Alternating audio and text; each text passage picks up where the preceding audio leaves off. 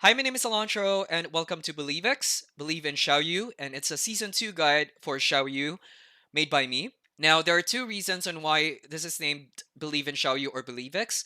Now, the first one is back in early season 2, and I think up until now, there are a lot of people that are saying that Xiaoyu got power crap.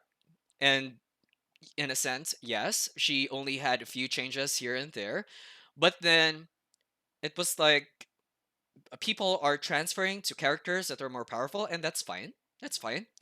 But the thing is, I still believe in her, right? So I still believe in her potential. Ever since I played her in Second 3, I've been a Xiaoyu player, and even if Lars is better, even if Elisa is better, I still believed in her.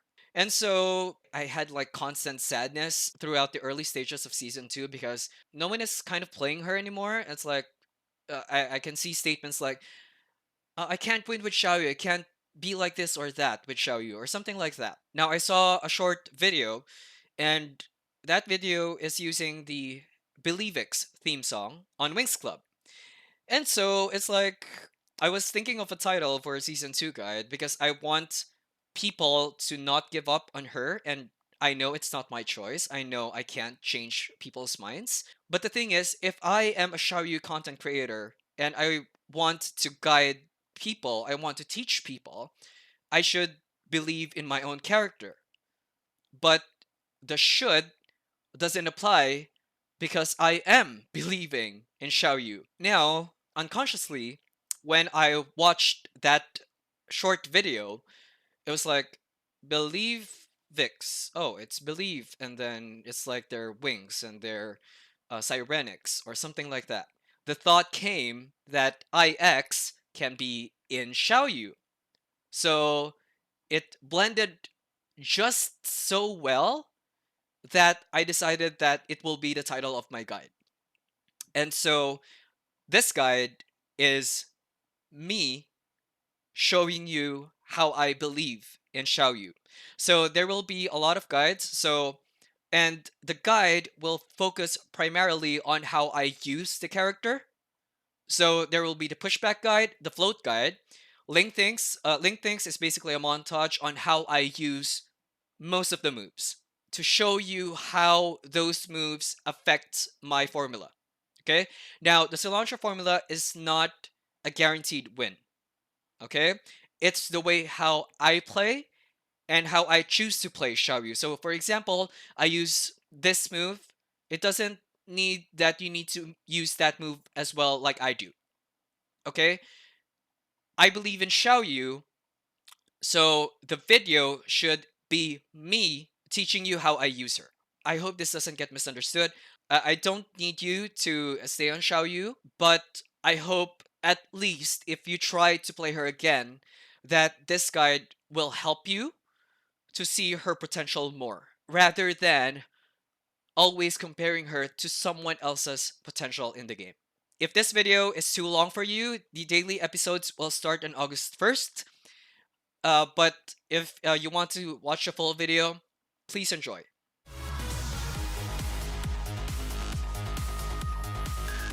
In this guide, we will be discussing about Xiaoyu's pushback moves. And the pushback happens when a certain move gets blocked or successfully hits. Now, for example, we have Xiaoyu's DB4. Now, when this move gets blocked, pay attention to the lower left side of the screen, wherein it displays distance from opponent. So when we do DB4 and it gets blocked, we will be at 1.65. Okay? Now, if we set Elisa to standing and she gets hit by it, then we will be at 2.1. So that means that in order for you to create whiffs for Xiaoyu, you need to know what moves will give you pushback when they hit or when they block. Now, when you know the pushback of your moves, both hit or block, then you know what to do next, okay? I don't want you to go like this and you're just, I don't know, doing nothing.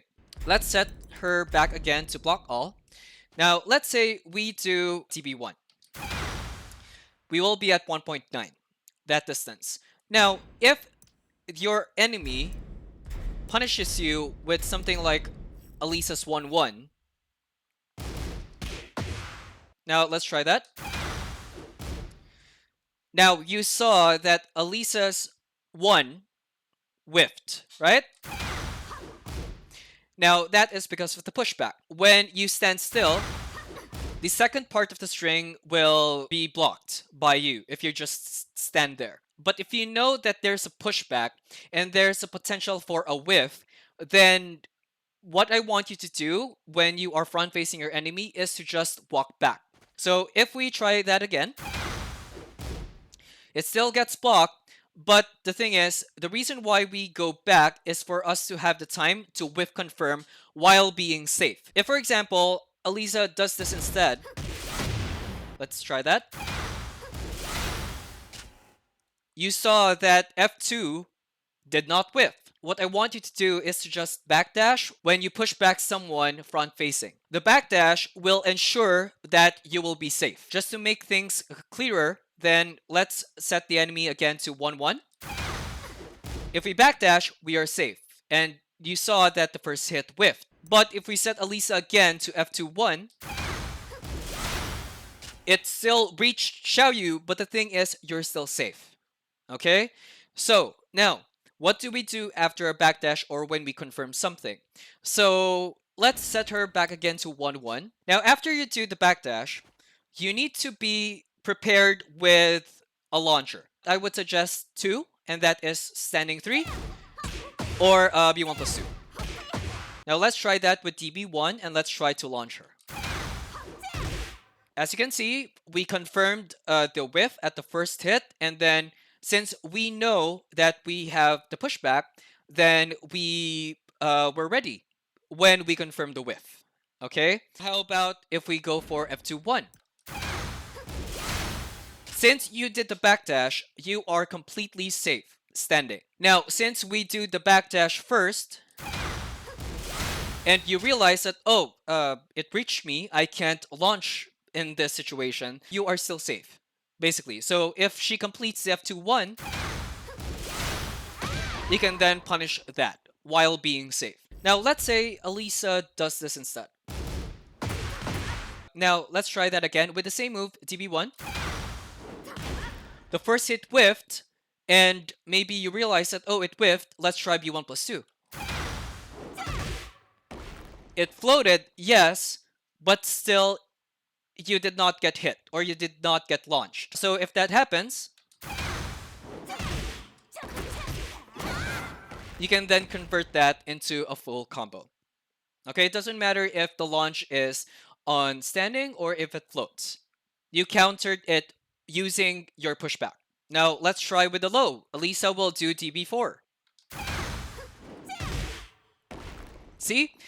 When you push back, you are safe and the pushback is enough for the DB4 to whiff. Since you know that there is a possibility that your opponent's move will whiff and you have a launcher ready, you will just wait for the whiff. And then you can then launch the enemy with that. Now, I'll give you an example of a pushback on hit. So here, Xiaoyu will do DB4 and then she will backdash. Now, for me, I will go for a slower move just so you know what I mean about this. So after getting hit, or if I blocked Xiaoyu's DB4, I will go for UF3. So let's see what will happen. First, we will block. As you can see, because of the backdash, she was able to block it. Now, if you get hit, and then Xiaoyu will just backdash, let's see what will happen. So the UF4 completely whiffed. Since the Xiaoyu knows that it's already a whiff, she can then convert that into a full combo. So that is an example of a pushback on hit. Now you can be creative with your pushback. So what I mean is you don't always have to do your backdash and then just wait for the whiff or just wait for the next move to get blocked. So you can go for your rain dance, which is B3+4, or your AOP, or just a simple sidestep. A key movement that I use is I always have an extra move.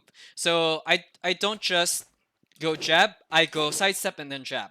So if, for example, I go for a heat burst, instead of doing that, I go with an extra movement.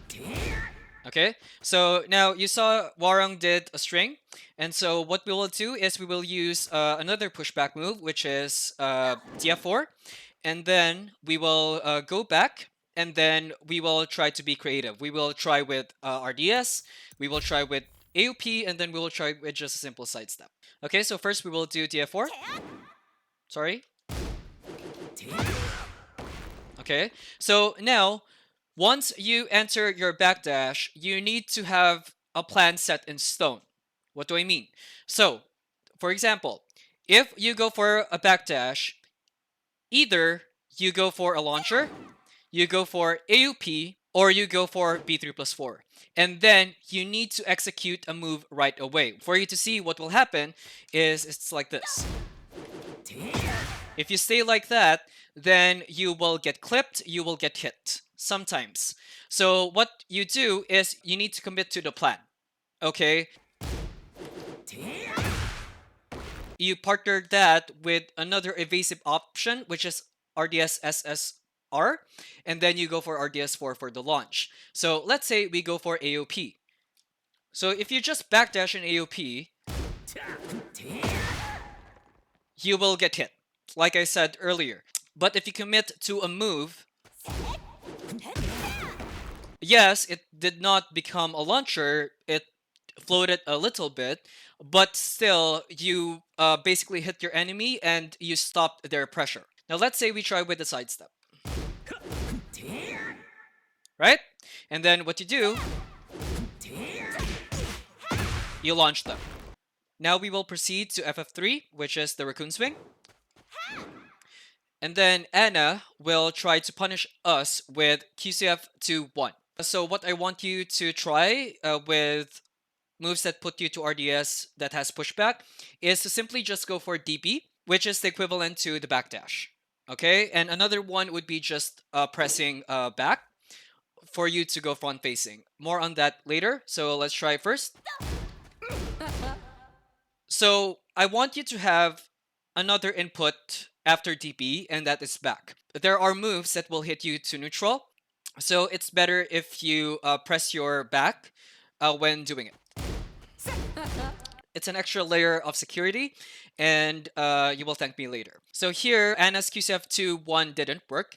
Now let's try to give her a faster move. Let's go with a simple DF1-2. And then we try that again.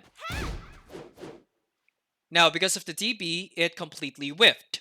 Now, since you are in DB, even if Anna goes for a long-range FF2, yes, you get hit, but it won't clip you or anything. But if you stay on DB longer, of course it will not hit because you were ducking. Now, let's try her DF2.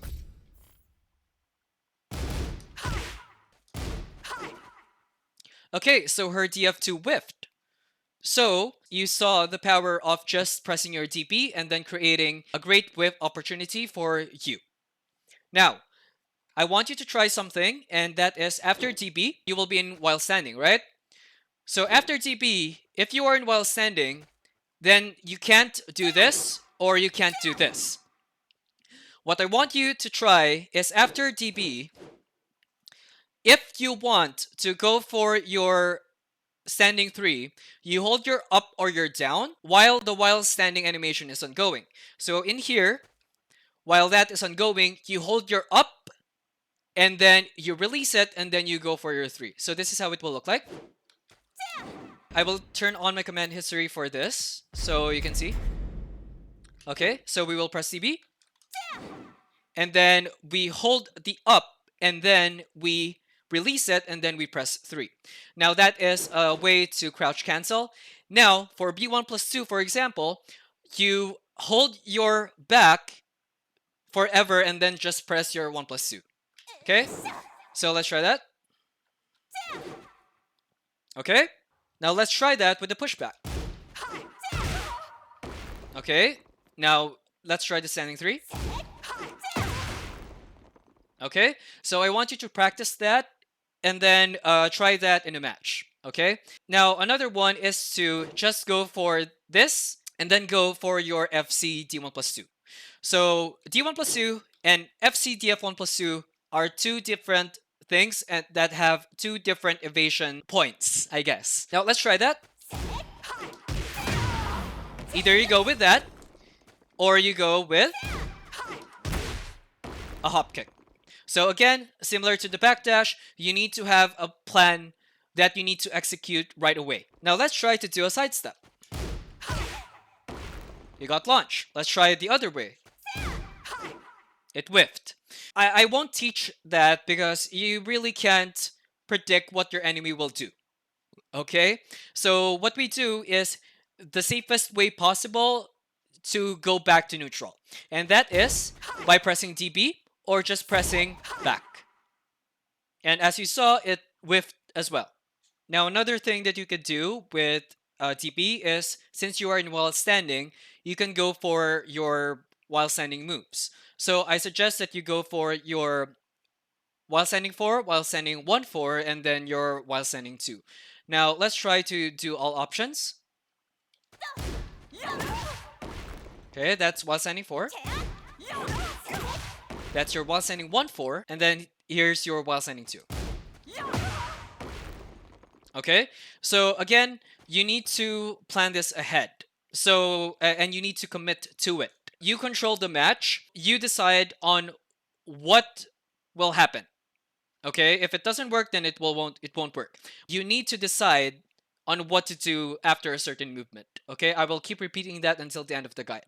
For this, it's actually better if you just go for while standing 2 for strings, because you will get a launcher, because it's going to be a counter hit. Now let's proceed to moves that will put you to while standing. So in a while standing state, what I want you to do is to just simply press back or go to AOP. So for this example, we would go for D1, and then the enemy Kazuya will do DF2. So let's try with the back option first. Okay, we blocked that, we were safe. Now let's try going to AOP after doing D1. Now I will show all of the moves that will guarantee you a pushback, and I will specify if they will be on block or they will be on hits, okay? So enjoy the montage.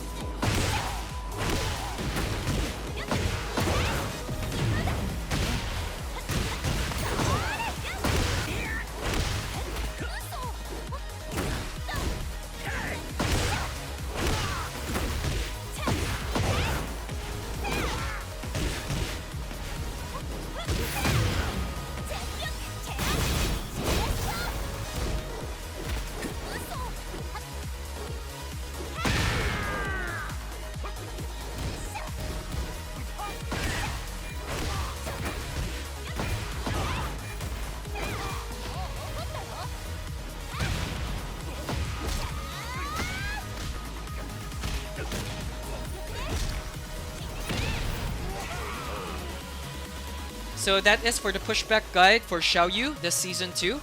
And then I'll see you in the next BELIEVIX video, okay?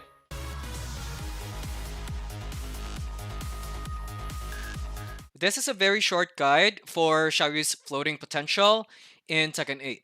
So let me just show you this combo first.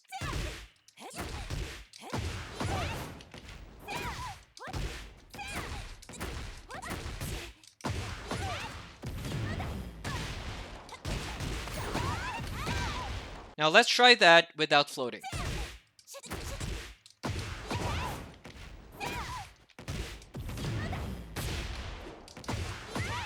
You saw that it didn't reach the wall. Now with the float, you saw that it reached the wall and it actually continued the combo. That is the first reason on why you need to learn how to float your enemies with Xiaoyu.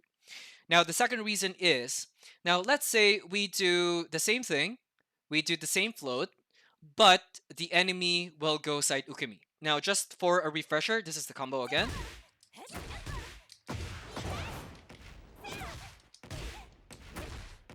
Okay, now FF3 is our floating attack. Now let's use that, but let's set the enemy to side Ukemi left.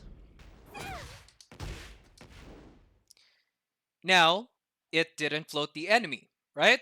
If you do that in a fight, this one, and then your enemy side Ukemis, you can actually do some stuff because you know your enemy will do that. Okay? Let's try that again, but this time I will use a different move and not FF3.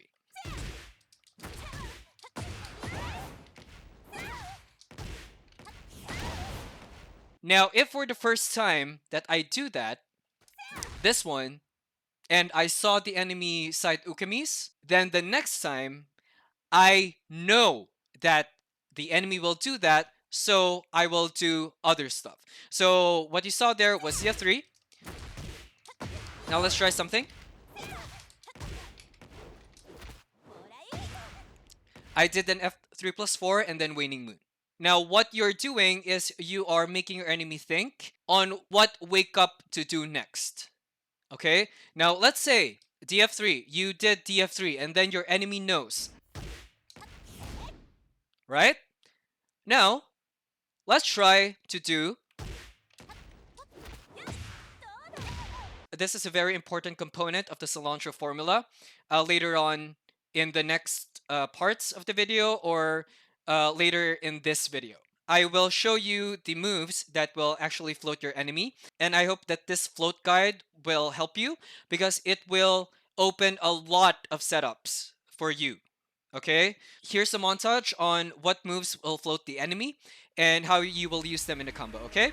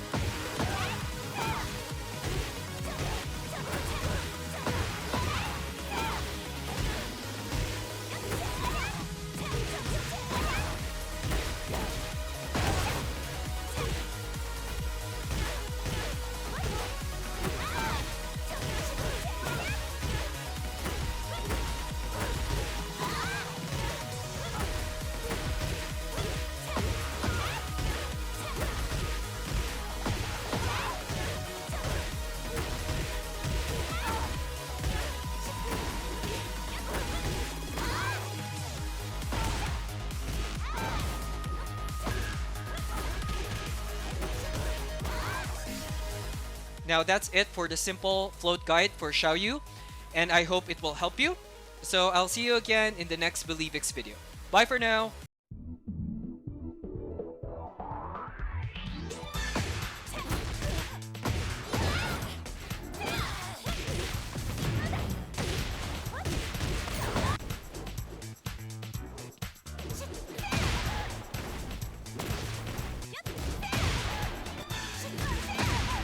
Round one. Fight.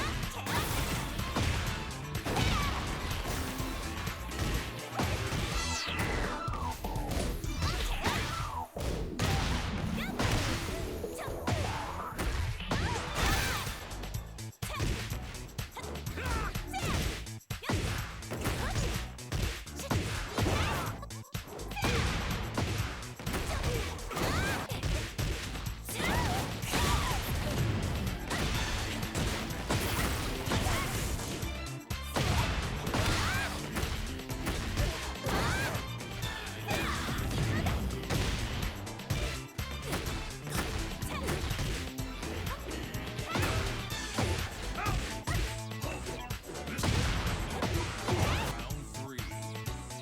Fight.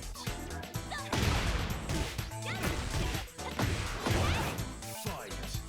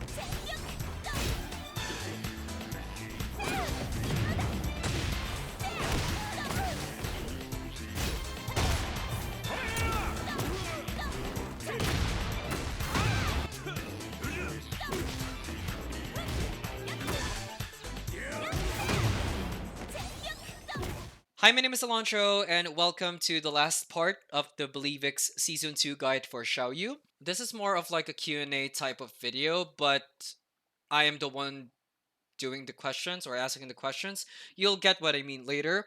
But basically, this video or segment, if you're watching the full video, is basically me teaching you how I play.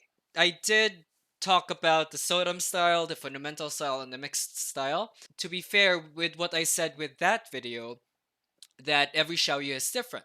Season 2 for me is kind of balanced when it comes to Xiaoyu. I am playing her right now with what I think is working. I can say that my Xiaoyu is fun. The cilantro formula only needs two variables, okay? And that is advantage plus opportunity is equal to win, okay? So in this video, I will be teaching you how I keep my advantage and how do I create the opportunity. For you to know how my playstyle looks like, the best way for that is to match a replay. So I'll pick this one. I actually watched this before I recorded the video, but this will literally display on what I am telling you about. Okay, Round so one. let's watch it first and then Fight. we'll go round by round.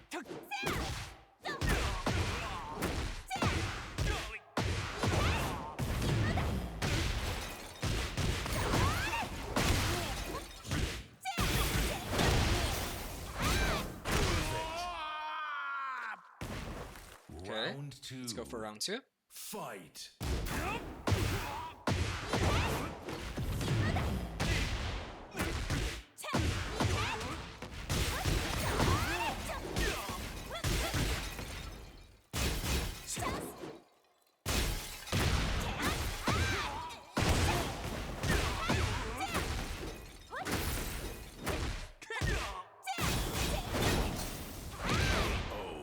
Okay, last round. Round three. Fight.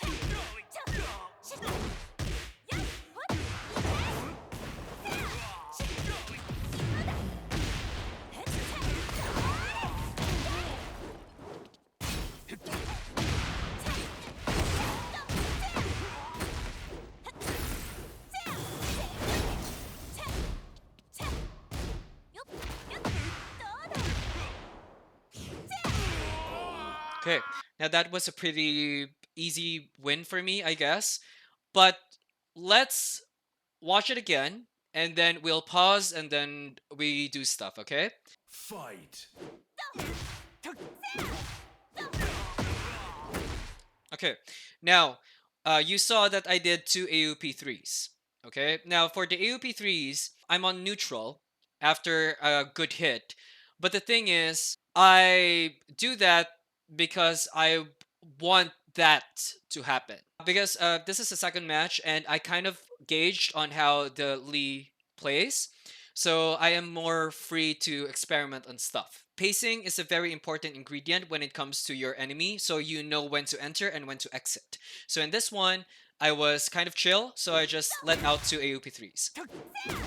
Now you saw that the dick jab didn't work twice. And that's because here is the first part of how I play. Most of the time, when I go to while standing, whether I go crouching because of the enemy or myself with my moves, I go AOP. Why? Because the butterfly effect will, well, take effect when you do a full crouch D1 plus 2. Okay? So that's why that dick jab didn't work. Now I did it again, and he tried to do it again, and now after that, I instantly confirmed the whiff, and then I went for the hop kick. Hop kick, and it's actually AOP UF3-1. But the thing is, another key point of my gameplay is I am very committed to what I am blurting out. Okay, I'm not second guessing. It doesn't mean that, oh, AOP UF3, oh damn it, it should have been a launcher or something. No. What I do is I don't think, I go straight to what tool I can use in the current situation. So I did AOP UF3-1, which is not a launcher, but I have my own tools when I do this move. And that is when the opponent spring kicks, I go for AOP U4. Now, if for example, the enemy didn't wake up, I am still at while standing, I would go for my while standing too. So in here, I know what I want to happen next. Okay? You are the master of the battle when it comes to Xiaoyu. Now, in here, you can see that I did while standing too. The thing is, if my AUP U4 misses, I would still go for while standing too. Why? Because if the enemy wake up kicks while my AOP U4 misses or whiffs, my while standing 2 will be a counter hit. So let's try that. I hope I can show it to you. See? Now let's go back here. Now, AUP U4 had a pre-planned while standing 2. Now, the recent clip showed you that if I tried to wake up kick, I will be counter hit by a while standing 2. That means I covered a lot of situations with my AUP U4 to while standing 2. This can be a float for the while standing 2, or it can be a counter hit with what I did when I controlled Lee. Okay, so you can take this down because I am literally extracting how I play. So you can try to use them to your battles and then see how you feel. It's really important that when you try to get tech from someone, it's important on how you feel about that certain playstyle or tech. So now I go for my tornado. Now, why do I sidestep in here? And then another sidestep before I go for F2 1 neutral 2. Because if I don't,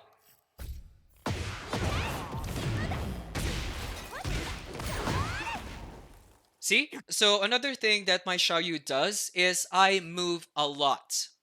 If I move, it's not just a simple stance transition. Even the smallest sidestep can make a difference on me. We will go to practice mode and then I'll tell you what I mean. Now we are on practice mode. I will just do a simple combo and the enemy is set at side ukemi left. Let's try that.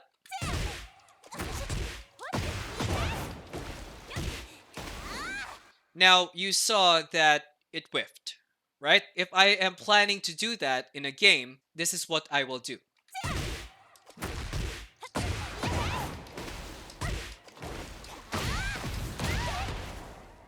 Right? So I used a roll to go near the enemy and then I went for the sidestep.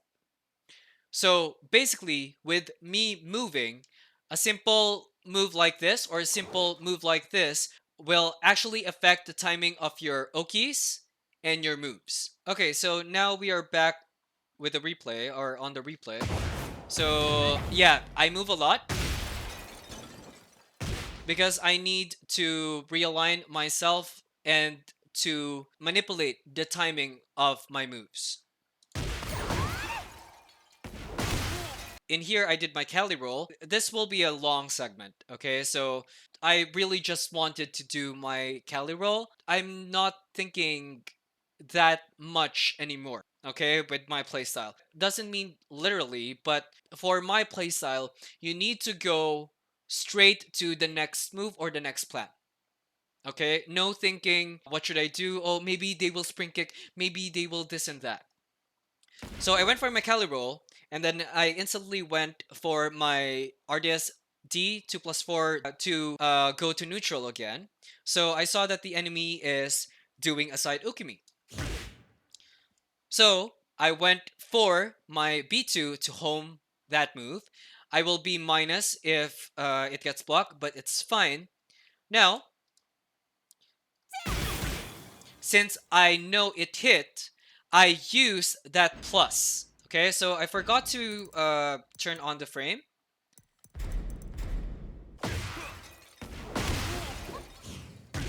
So I am at +5, and the RDS heat smash is at 15 frames.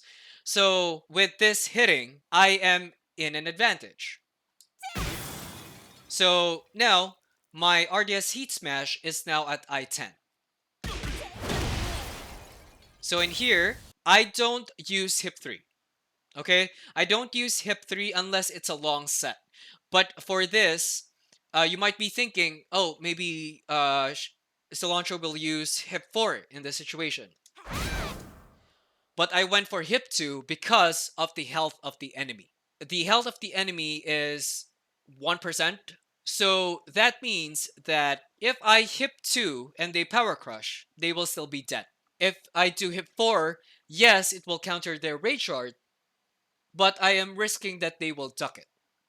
Okay, so I will be discussing about Hypnotist later about the RDS Heat Smash. Now, in here, I just went for a simple I-14 move or a low move, and it's D3. Okay? So let's go to the Perfect. second round. Fight.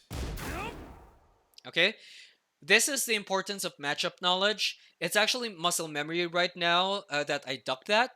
But yeah, in here, you might be thinking, Cilantro, you could have used UB3. Honestly, I don't care.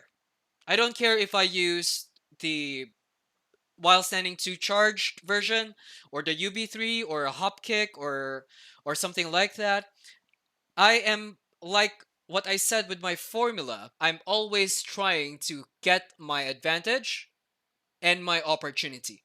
This is the opportunity, my while standing 2 charged. I launched the enemy with it.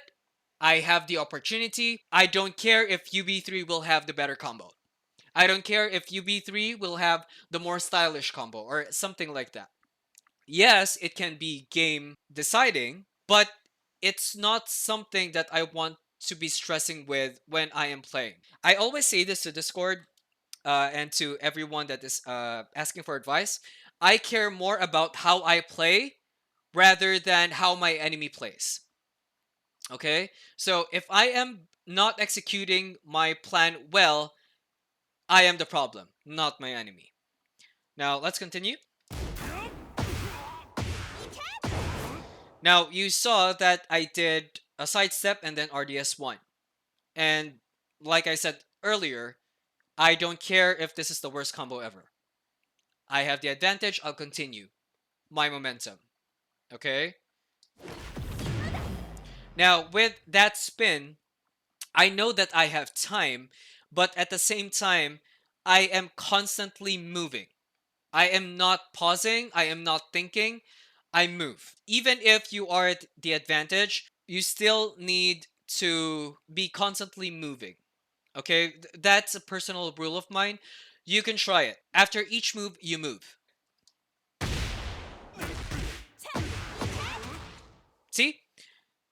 Even if I had the worst launcher ever, I still managed to tornado that. Because in here, after the heat burst,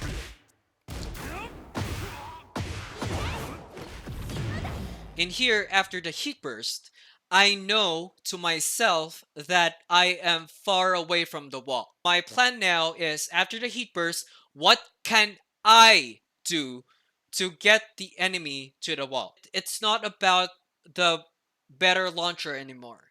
It's about how you will win the game. And so in here, I used my F3-1. I sidestepped before I do F3-1. You saw that. And then my farthest wall carry is RDS1-2.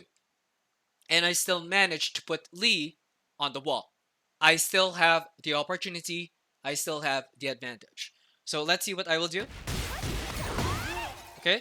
Now in here, since I know that earlier Lee was trying to side Ukemi, I told myself, okay, let me try my D1. Because I know that either the Lee will go for a spring kick next or something like not moving at all. So in here, I went for D1. And then I went for my Phoenix stance before I do AUP F21. In reality, I can also do full crouch DF21. Now in here, this is my way of nudging the enemy. Because when this hits, you will still be in RDS, but you are like poking them to wake up. Okay, you control the match. You are telling the enemy to wake up. And then the enemy woke up, right? In here, I did an AUP U, FCD1 plus 2, AUP U, FCD1 plus 2. Why? Because I am giving the enemy the time to wake up before I do my next move. That's why I am constantly moving. Right? I forced the enemy to wake up, and then Lee blocked my second AUP F21. Now, what do I do after the AUP F21? I parry. Now, with the parry,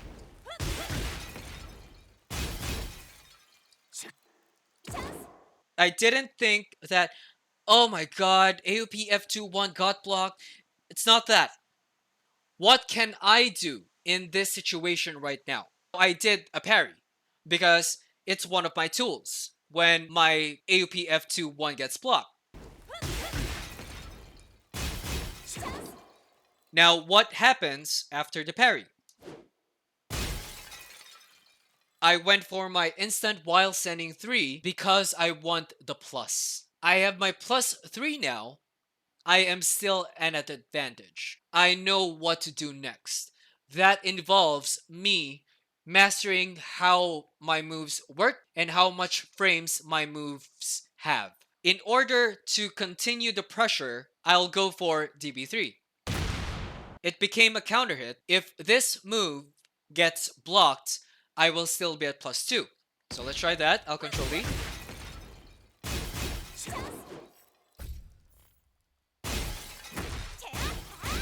See?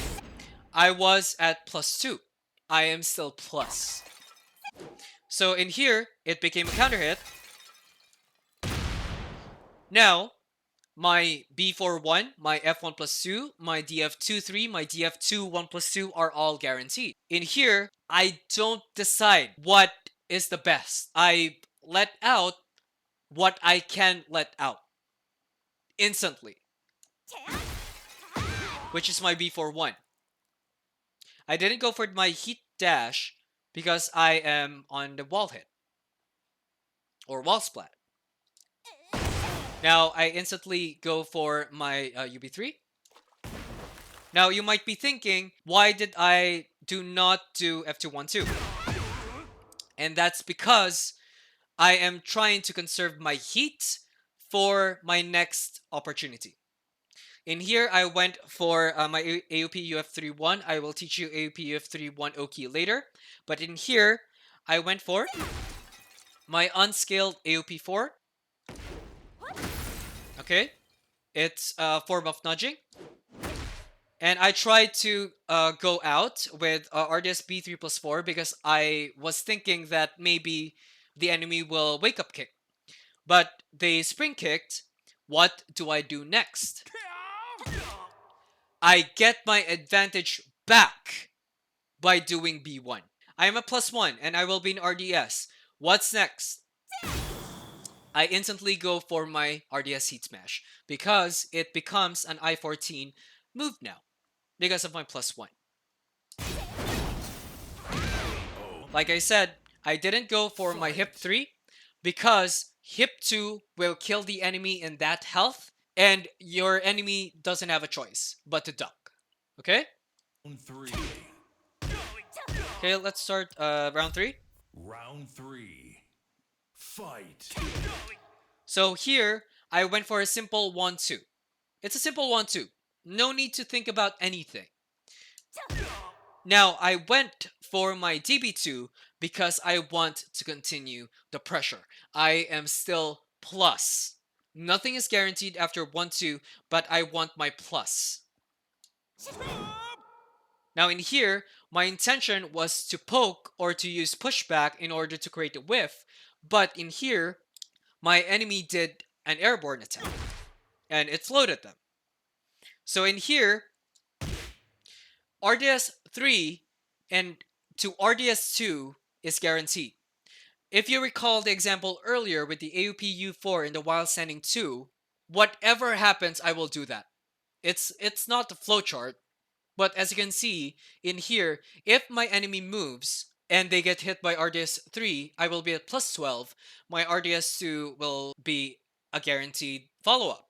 But in here, it floated the enemy, and I still did RDS 2 because I am committed to it. Now, the combo will continue without me stressing out what to do next.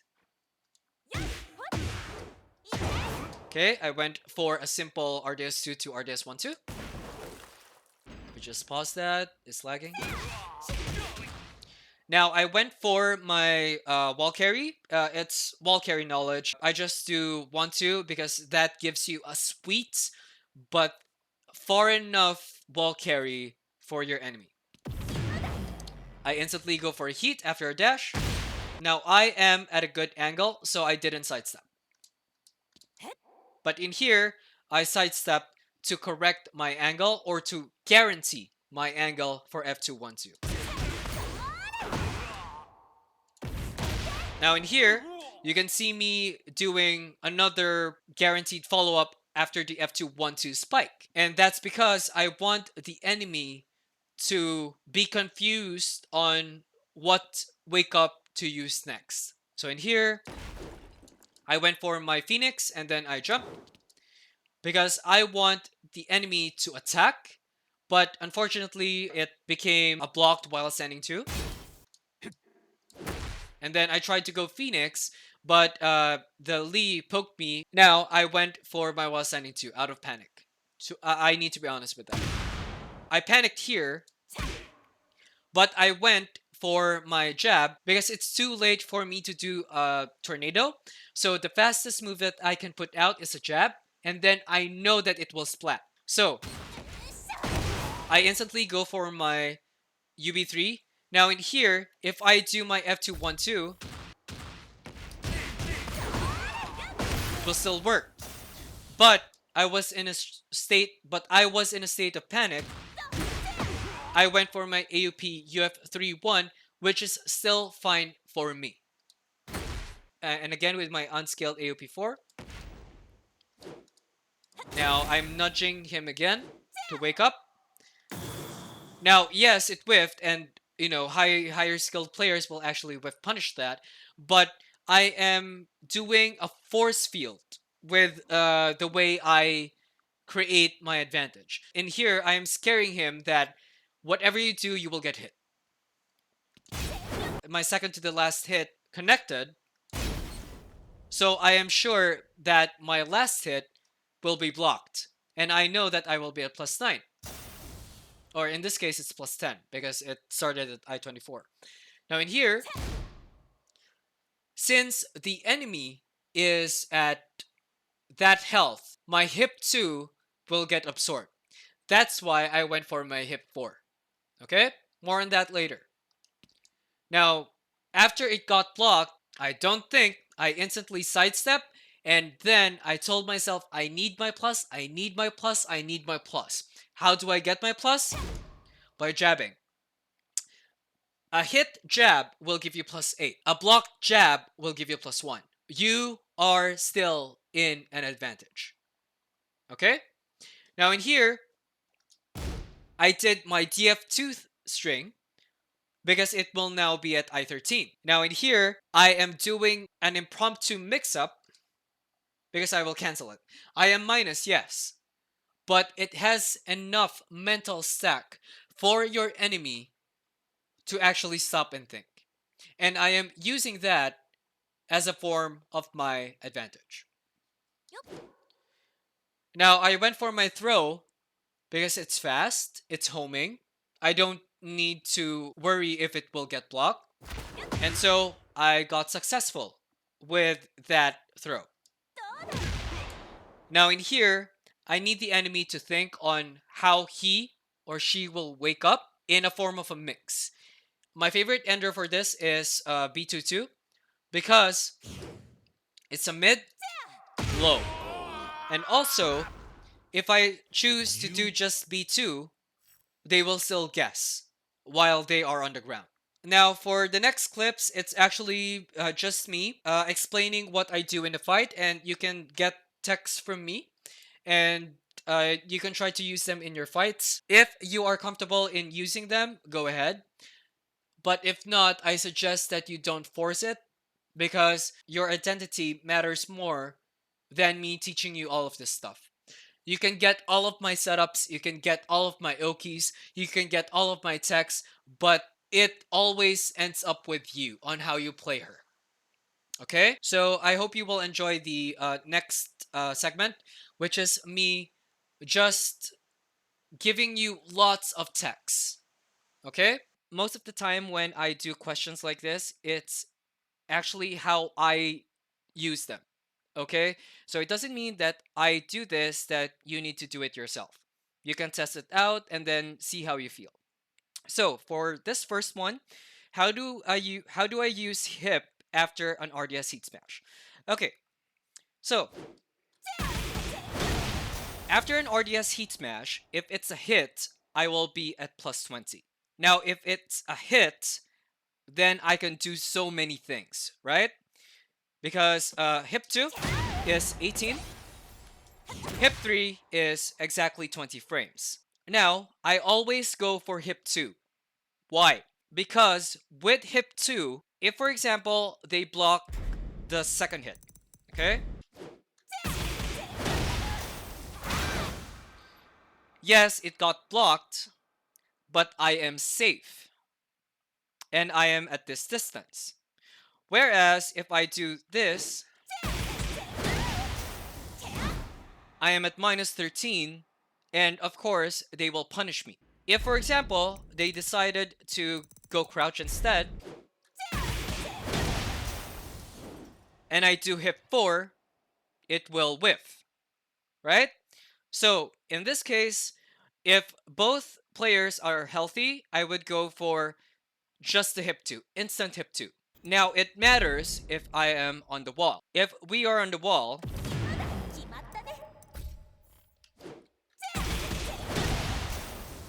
then I will wait. Why?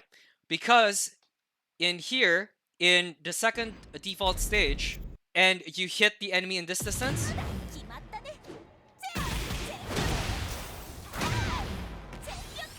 the enemy will feel that he or she is totally safe.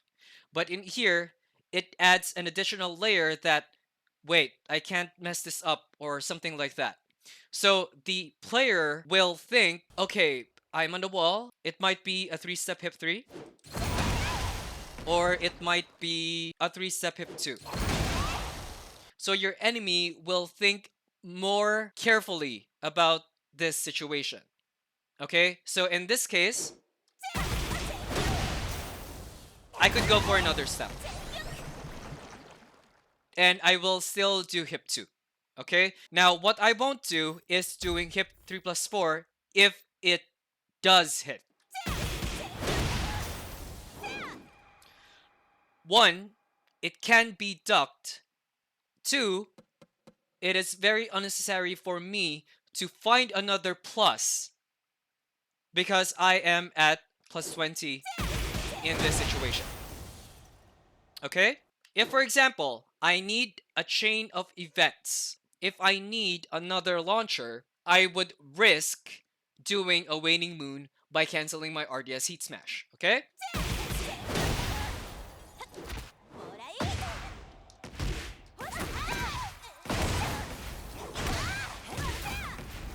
Okay?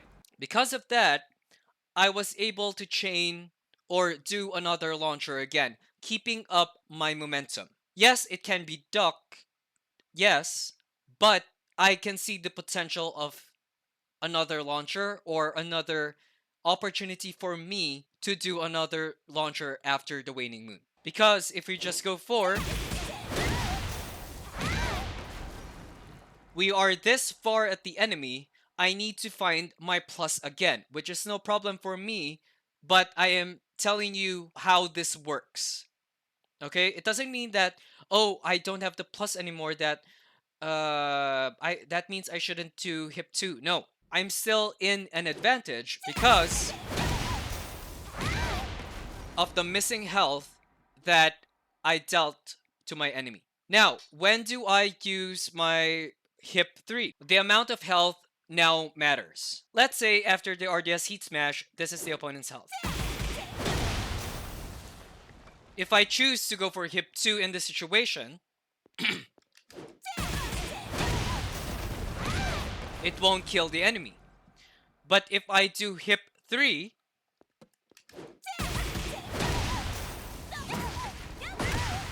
then the enemy will be dead. Okay? So you kind of need to gauge on how much health your enemy has so you know what hip move to use. Now, by the way, if you hit your RDS heat smash, your opponent can't rage art and they can't power crush. So that's another note for you. So the enemy will punish me with a rage art.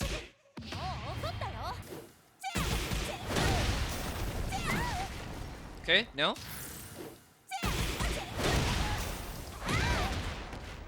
So basically, when your enemy is in rage, you don't need to worry about if the power crush or the rage art will be successful. Now, it is a different story if it gets blocked. So if it gets blocked,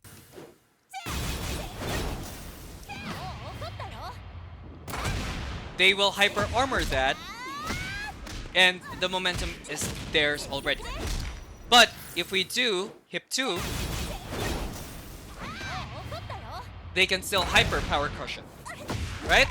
So, so if you are in a situation wherein your opponent is still healthy and they are in rage, it's okay to risk your hip 4.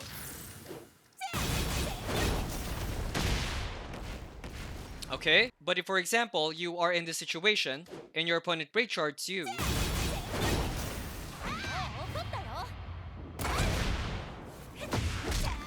the rage chart continued because it's in practice mode. But you see that your opponent is dead. So the only option if your opponent is in this health is to go for hip 2. Okay? So we're back in the replay again, and I just want to show you a clip on how I keep my momentum up. A huge part of me is me being close to the enemy as much as possible with my first advantage or with my first opportunity. Later in the video, I will be teaching you a turtle move, which I use as a keep out. But in here, I just want to show you how I operate after I get an advantage or an opportunity. Okay? Okay, so first, I did AOP 2-1 because I went down because of the enemy. So I instantly go for D1 plus 2 and then went for my AOP 2-1 to confirm. You can see that I am at maybe 60% health and the enemy literally started at max health. Now with my plus 9, I tried to find a wall splat or a wall blast, but doing FF1-2 gave me plus 6. Okay, I am still in an advantage. The enemy tried to do a power crush, but because of my advantage and me being able to do a heat smash with a plus 6, then I was able to win that. I'm at plus 20 in hip. Like what I said earlier, the hip steps matter depending on the situation and where you are in this stage. Now in here, I tried for another step because I know for me that the enemy will think and will be more careful. So I went for another step. It did not wall splat, it did not hit, but I am at plus 9 because I risked doing my hip 2 in 3 steps. Now what do? I go for FF1-3. Yes, I am at minus, but minus 1 is still good. So what do? I did F1 plus 2, which is one of my fastest moves. F1 plus 2 is I-12. Minus 1, it will come out at 13. So it's some sort of like a frame trap. So you can try to do that after FF1-3 gets blocked. Now, I want to keep my momentum. What do? After a little bit of pause after the recovery, I instantly go for my FFF3. Because if this hits, it will launch. If it gets blocked, I will get a plus. I know that this will hit. So, but let's control Lily. I am at plus 9, right? So, I am still in an advantage. Even if my enemy is at far away, I found a way to keep my plus. But it became a launcher. This was a mistake of mine, but I was so afraid with the ball that I went for my alternative, which is AOP 1-4, to give me a tornado. Now, the side walls can destroy my momentum. Okay, it can cost me the round. So what I did was I did an RDS 2-2 to keep the enemy in the ground, and then I will do my guaranteed RDS4. In this situation, I know that RDS4 won't kill. So there's a slither of health in there. But what do? I go to the enemy again to finish her with potentially a while running 3 again. But because of my plus frames and the enemy in that health, I just went for a low. You Okay? Now that's how I keep my momentum during a fight. Now we are going to talk about Xiaoyu's most famous ball combo ender, and that is F212. Now, this is kind of like a straightforward segment, I guess, but I kind of use it differently. Let's just do this and this. Let's record that. And after this, let's say I am going to use my heat. Okay. Nowadays, I use the back turned option, and then I go for RDS FF3 plus 4. ATB taught me this, so I found so many uses of it, and not just a simple like this, or this. Because to be honest, I'm really tired of doing that, but I still do it. But as an opening, I use this one.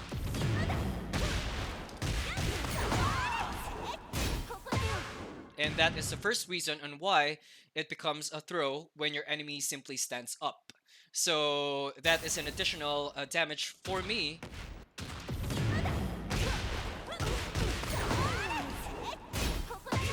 That is very inescapable, and it's kind of safe. If, for example, they go side roll,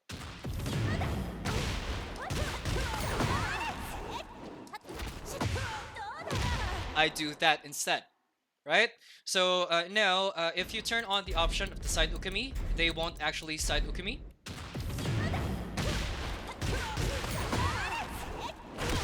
Yeah, so that's a good info for you that after the F212, they won't be able to side ukami instantly.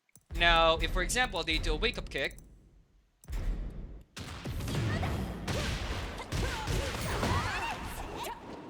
it whiffed and I am safe, right? So now, let's say we go for a mid kick.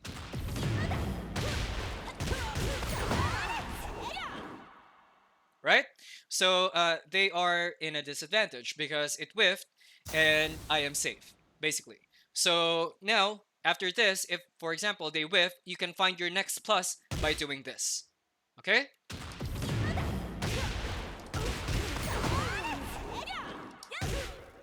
Right? I am still at plus. Now, if for example they spring kick, that's the only option that you can counter with this one. Because both of you are in far distances. Now, if for example they don't wake up, then they will get hit regardless. Right? And that's still a good damage, and you still have heat left. Now, the second one is one of my favorites, so it is when they spring kick. Okay, I'll turn on my frame data just so you understand where I am coming from. I always teach this from across the, Twitch or YouTube or Discord. Now, after an F212, if I do 3 plus 4, you can see that I am at plus 24, right? So that means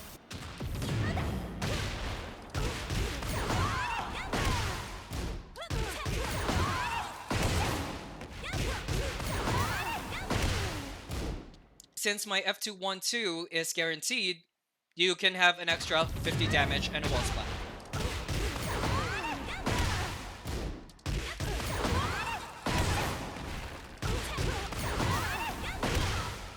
Right?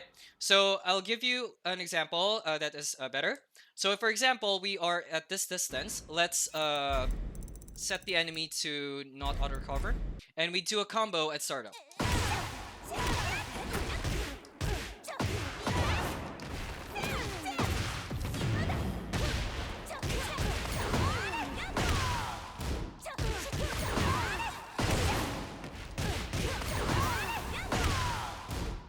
your enemy is basically dead with one launcher, right? So keep in mind that when you are this close to the wall, you are so plus in this distance, and the F2-1 will actually put your enemy in a wall splat position.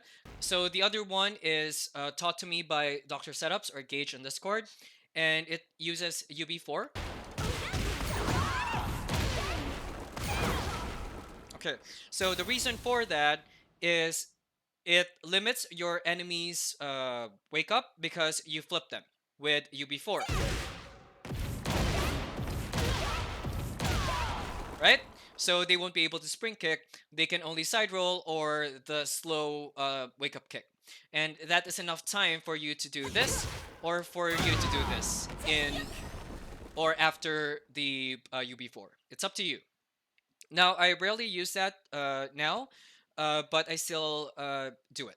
Another one that I use is T1 because it puts me in a force field situation and then I will be put to while standing. And then when that happens,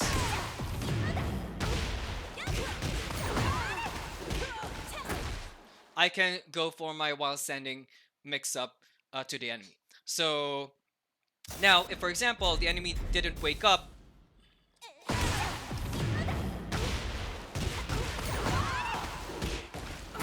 and I do that, they will flip. Now, if you don't want UB4, then you could go for a fast move like DB2 because it will flip them in a fast manner and you'll be in RDS. Now, let's try to do some Oki with that. Let's go with RDS 3+4.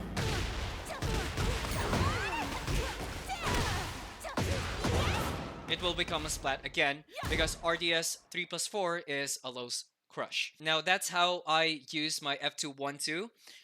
I use it on a wall, but now I'm going to teach you about AUP UF3-1 to AUP4 because that is the alternative for my F2-1-2 and I'll explain why I use it. Now we are going to be talking about the AUP UF3-1 Oki. Now this is how it will look like. Now your guaranteed follow-up for this is AUP4. And as you can see, it only dealt 11 damage as a follow-up. And yes, F2-1-2 with 3+4, UB4 are much stronger, but I want you to see the potential of this move on the wall. Now, the first benefit of this is you can use it to preserve your heat. Now, let's try to do this. Now, as you can see, your heat did not deplete. You can still have a few more hip 2s or hip 3s or however you want to use it, but this is a great way to conserve your heat. Now we are in a fight. I will show you how you use it, and you will see that I won't be even using my F2-1-2 here, but I will still win the round. So I put the enemy. So the Eddie did high power crush, and I AOP'd it. But sadly, I went for AOP 1-4, but that's fine because I don't think about what is happening. I need to think on what to do next. So it's a splat. Now I went for my while standing to hold to kind of lift, and then I went to neutral to get my one hit tornado, which is UB3. Now if I do my F2-1-2 here, it won't be guaranteed. So I did my AOP UF3-1 and the Oki starts. I went for my AOP4 and then I instantly go for my RDS. It's just the way I play.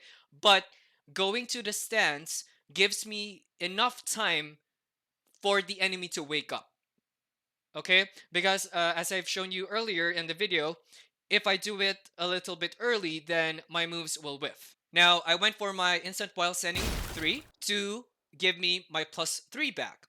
And then I continue the pressure with my DB3 to give me a +2. Okay? Hit or not, it's a +2. Now, this is my DF2 3 because of the plus, I was able to make it an I-12 instead. Right? You could say that I could use my F2-1-2 here, but I went for my UB3 and my AOP UF3-1, and then I will finish the enemy with AOP4. And yes, it killed the enemy, but you can see that I have that much heat left. If this is earlier in the round, then you can see how much heat you are saving just by doing the Oki. Okay? Now we are back at practice mode, and I will show you what Oki moves you can use to continue your pressure. Now first, of course, is the AOP4. Now most of them will go side Ukami after this, so that's why I did the RDS or B3 plus 4 in order to give me time for it. So for example, let's try if we set the enemy to Ukami. You can see? Now if I try a move there, what will happen? You saw that my move whiffed, right? Now, when it comes to this, you don't always need to go for your B3 plus 4. You can be creative with it, but make sure that they are slow moves. So I'll give you an example. So we will do the same thing, but we will go for DF3. And its speed is slow enough it to be an Oki on the wall. Okay? So now let's set the enemy again to not set, and then we will go for the next one, which is AOP F4. I am repeating this many times now, but it will flip your enemy when you hit them, right? So it will flip them again. So here, you can actually force them to do something because you can do infinitely like this. Now, what will happen if I wake up kick after AOP F4?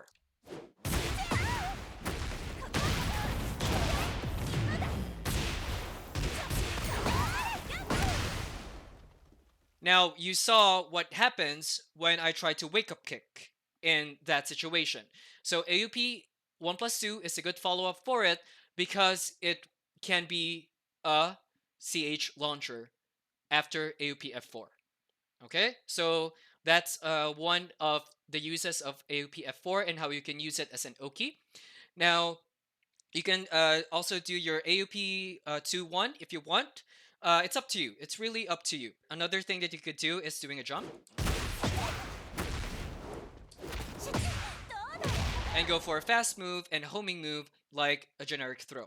You can also do this by transitioning to your RDS. Let's try that.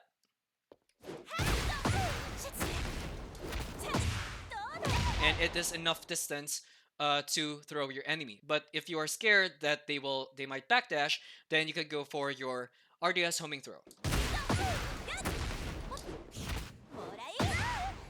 Right? And you can continue the chain of setups again. Another thing that you could do is doing AOP 1 plus 2. This is a good counter for spring attacks, but take note that this will become a tornado after. Okay? Now let's try with the wake up kick. You can see that it kind of hit them grounded instead of the counter hit. So I think it's the same with mid kick, but let's see if it will be a counter hit. Yeah. So in that way, after that they will always think of their options again. Now those are good ways for you to use your AOP UF3-1 as an Oki in the wall. So now I'm going to quickly discuss how my launch and kill method works. Like I said with the formula, I am looking for my advantage and I am looking for the opportunity. Advantage plus opportunity equals kill. So let's see these 2 rounds on what happened, okay? So I will be pausing a lot and I will explain to you what happens and what will happen. Round 1. Fight. Okay, so first I started with a 1-2-1 to give me some pushback. Like what you saw with the pushback guide, I tend to go back or I tend to go Phoenix. I went for my backdash and I reacted to Nina's low sweep. And then, of course, I will go for my while standing to hold, even if the UB3 is the better option. Now, this is the opportunity and the advantage. So let's see what will happen.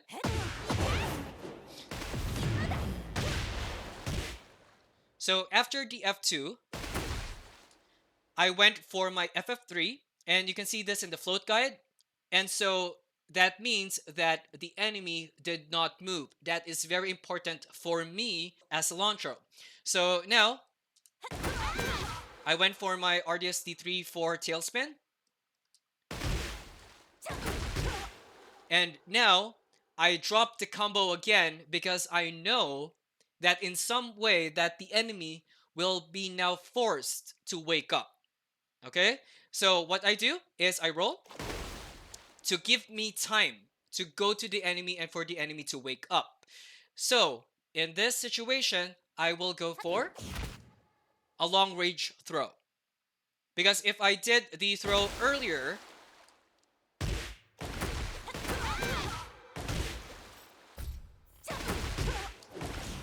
it will whiff, right? So the roll has its purpose, and that is for me to have the time to go near the enemy and for the enemy to wake up.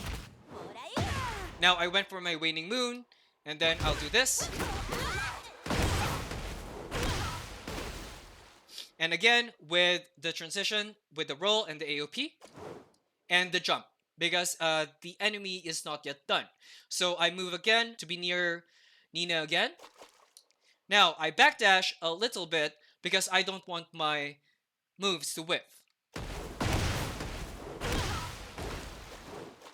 Okay, so now again I am always looking for my plus. So what do? I find my plus with my DB2. As simple as that. And then I sidestep again. Oh, sorry. And then I heat smash to continue my advantage. Now it gets blocked. Now what did I tell you about this one? With the Hypnotist Guide, I tend to go for my hip 4 here because she is in range and she can power crush. So my hip 4 will be the best option here. You can see that she tried to power crush. So the hip 4 is the good decision or the better decision than me doing hip 2 or me doing hip 3. And then I finished the round. So let's see what will Round happen in this two. round. Fight. Okay, so I got counter hit, and that's fine. Now I am at a disadvantage, right? So how do I find my plus? By constantly moving, and now I did a move that gives me pushback, right? But in this case, I tried to look for the whiff, but she did a long range move. I tried to do UB3 in this one, but I got hit, and that's fine. So I'm still at a disadvantage. Now I see an advantage here. But since the realignment is bad, I'm at a disadvantage again. So what will I do? I sidestep again and then find my advantage again. But in this case, RDS2 on block is 0, so I'm still good, right? Now I did RDS2 1-4. I delayed the 4 because I am looking for that opportunity. Now I am unsafe, and that's fine. Now I reacted again to the low sweep, and now here's my advantage and opportunity again. As you can see, it's kind of the same sequence, but you will see what I will do next. Instead of going FF3, I instantly go for my forward dash and then DF3. Why? Because I know from the first round that she did not move. Now, since the sequence is kind of similar, I personally know that she will wake up. So I went for an Oki that will punish her for waking up and will punish her if she stays down. And that is doing DF3. Now I get my launch again. Now, I don't want to end the combo, I want to continue the pressure, so I went for my RDS 1-2, and then I instantly go for my AOP, and roll to give Nina the time to wake up. Okay? Now, I went to Phoenix, and I know that it's a bad position for me, so I instantly went up. Now, I tried to find the opportunity and advantage by going for an RDS 1 while on Phoenix and on back turned, but it did not hit, and that's fine. So, to be safe, I just went for my RDS TP. I'm looking for my advantage again. This Nina did not punish all of my punishable moves, so that's fine. So in here, she went for her D4, but it's not a counter hit. So with my matchup experience, and I was able to punish it with my while standing 1-4 again. Now I don't want my RDS Heat Smash to whiff, so I went for a sidestep first, a little sidestep, and then just went for my RDS Heat Smash. Now what will I do here? My hip 3 to 3+4 won't kill. My hip 2 won't kill. And with the information earlier, if the Nina knows that I did hip 4 again, she will just block it or she will duck it. So I went for my hip 3+4 to get my advantage and plus, which gave me a +9. Now, if she mashes, I will launch her with something like B1+2 or just a quick F1+2. But in this case, my B1+2 got blocked, and I think I'll get punished here. Okay, I didn't break the throw. Okay. Now, I moved again. When I wake up, in this situation, I need to find an advantage and opportunity again. So what do? I move. I did not stare at her. So I moved. I saw the opportunity. I went for my DF1 because RDS4 is guaranteed here. And then I went for the kill. So basically, that's how my launch and kill method works. And these 2 rounds are the best example of how I operate in a fight. Now, if you watched the Ling things, the float guide and the pushback guide, you will definitely understand how this whole sequence works. So that is my launch and kill method. So now I will be showing you how the hip 3+4 Oki works. So it's actually hip 3+4 cancel.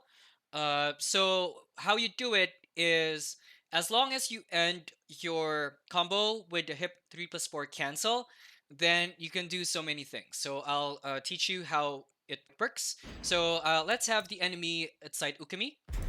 Let's remove the wake up mid kick. And let's do a simple combo. Let's record that. So in here, in that specific situation, I will do another hip 3+4, but I will cancel it, and then you will see what state our Xiaoyu will be in. Okay, now as you can see, instead of me being in the back, like this one, I am at front. So that means if you try to do your RDS throw, it will become a front-facing waning moon. Now, how is this helpful? When you do this again the next time and your enemy still side Ukami left or right, then what you could do is you can actually go for your front-facing moves again. Let's say we're not using waning moon. Instead, we are using that to continue our momentum. So now, if for example they duck, you can go for your B1+2. All of the 3 options have risks, so it's up to you. If you simply just want to get another plus, then you could go for something like a DB2 or something safe like a DB3, which will give you plus either way. Now, it's really up to you on what you will use. Now, let's try if, for example, they just stand up. Let's see what will happen.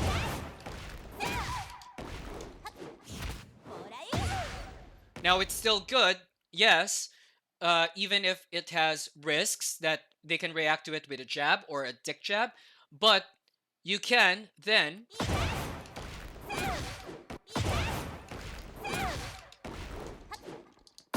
do another dance to confuse your enemy more. Now, in this situation, but if you are so used to this and you know that the enemy just stands up, you can just go ahead and go for a generic throw.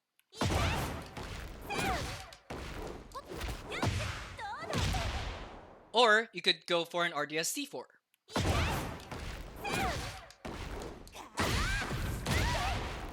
Okay? Now, let's say the enemy doesn't wake up at all.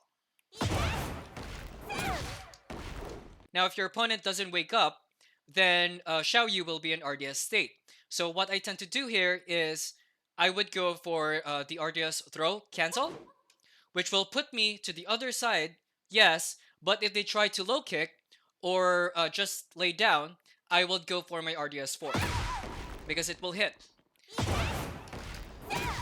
So that means that even if you are in RDS or if your opponent's side ukemi left or right and you do an RDS throw, it will benefit you.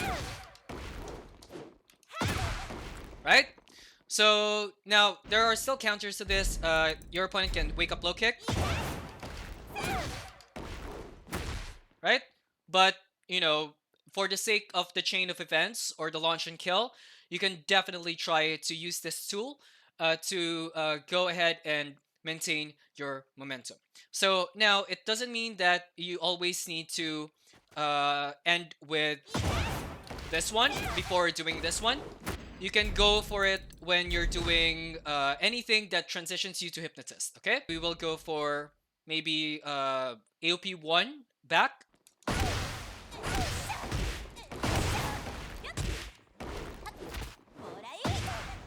right? So just take note that the direction matters. Let's say we go side ukemi left.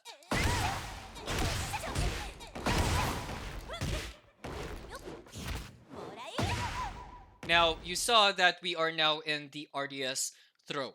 So that's still fine as long as you know what to do next. You can choose to cancel it. You can choose to go ahead and proceed to the throw. Now if for example you feel that the wake up kick will hit you, you can just go ahead and go for your RDS B3 plus 4 or B3 plus 4 regardless. And then if you whiff confirm the wake up low kick, you can go for your RDS 4. Now this is what it will look like.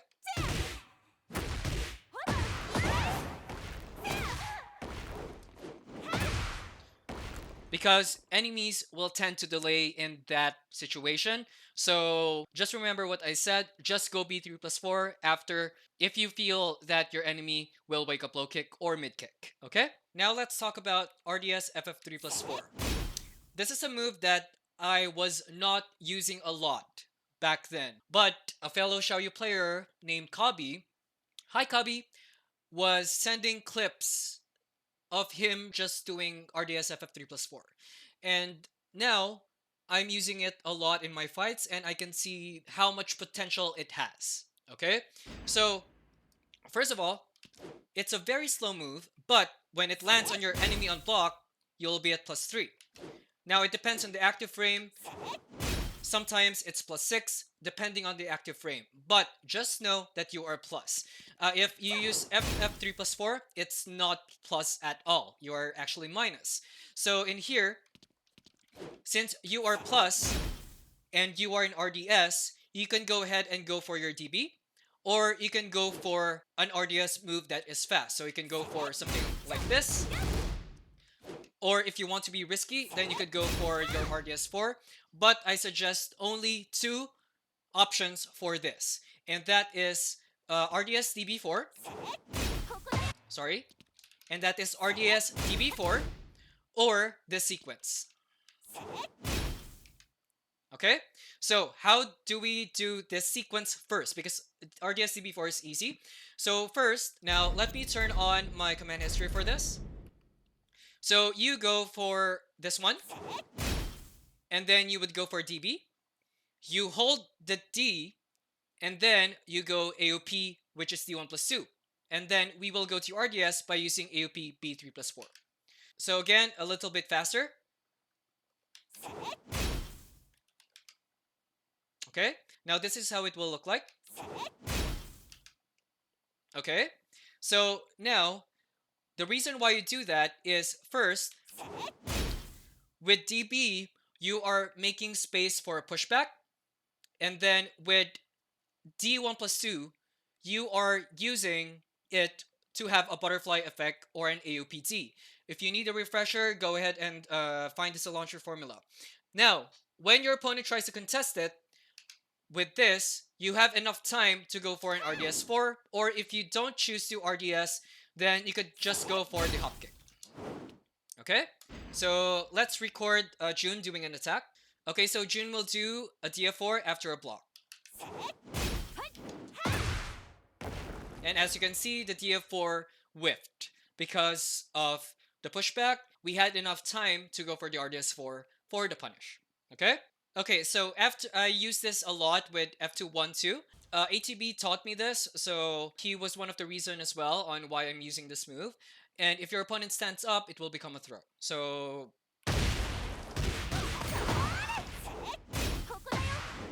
okay, so that's another usage of this. If you want to know how it also works with F212, just go to the F212 video of the BELIEVIX series, okay? So now, another usage of this is kind of obvious, but I still need to do it. And it's when your opponent wants to do a long range heat smash. So for example, we have June, which is at this range. Now let's try to record this. Right? So it's a great way to avoid a lot of heat smashes, notably June, King, and Eddie, I guess. Now, last note for this, if you want to use this safely, then I suggest use it when you are plus. So either after this one or this one. Okay? Now, the other one is your RDS DB4. And you do it by holding your DB4. Because if not, there's a chance that you might do this one. So it's better if you just hold it and then do that.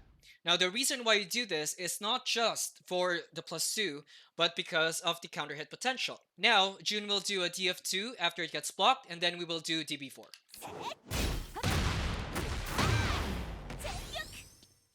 You saw that it became a counter hit. Because of the +3, we were first. Because our DB4, which is 15, now became 12. And June's attack is now at -3.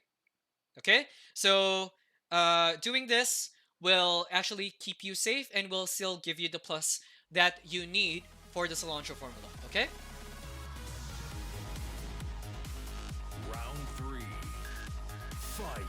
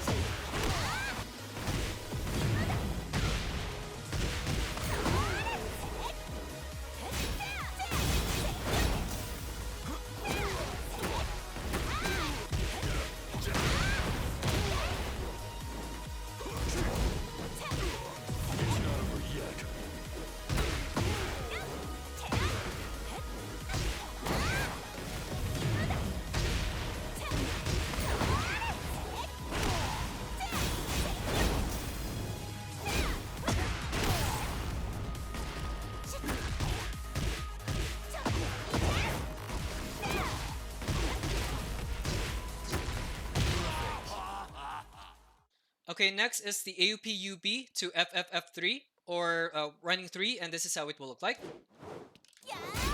Now, the reason why I do AUP-UB is because it will put you in a safe distance.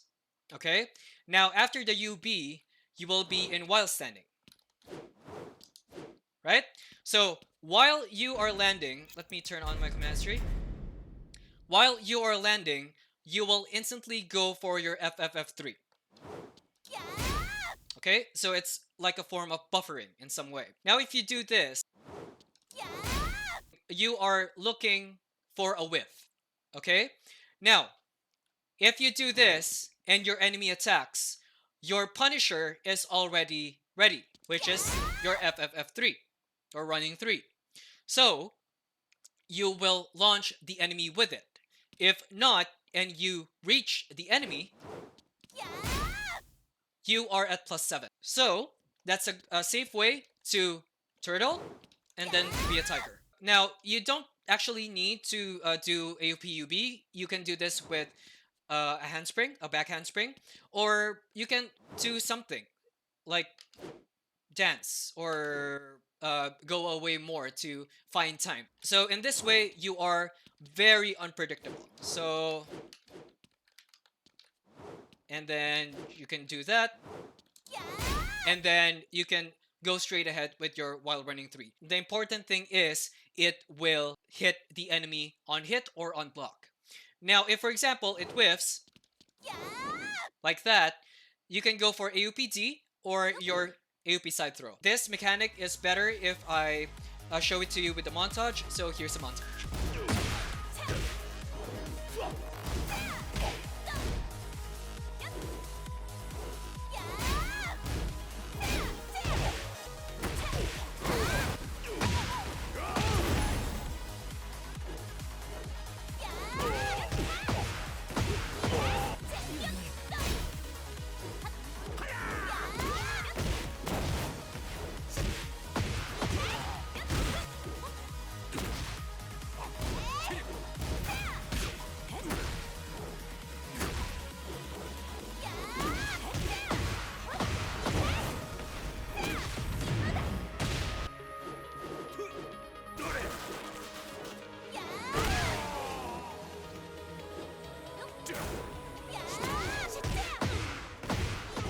Now, let's talk about string conditioning.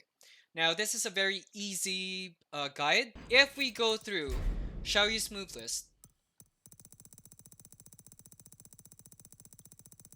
you can see that there are a lot of multi-hit strings, right? So why is it important? Well, you have multi-hit strings. You can condition your enemy. You can condition your enemy on how you want them to behave. Okay? So, let's say F21.